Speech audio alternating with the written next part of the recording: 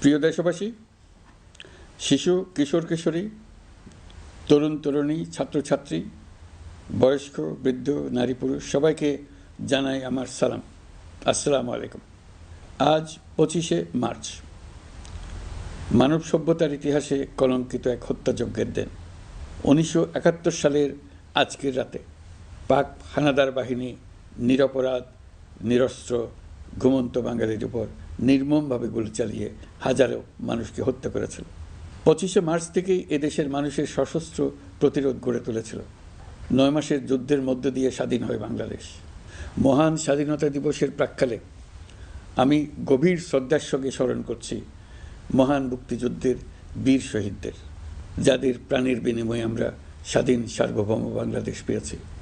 9 মাসের রক্তক্ষয়ী যুদ্ধে লক্ষ লক্ষ শহীদ ও 2 লাখ নির্যাতিত নারীর আত্মত্যাগ পৃথিবীর মানচিত্রে বাংলাদেশ নামে একটি স্বাধীন ভূখণ্ডের জন্ম দিয়েছিল। মুক্তিযুদ্ধের এই বীরদের প্রতি আমার সালাম।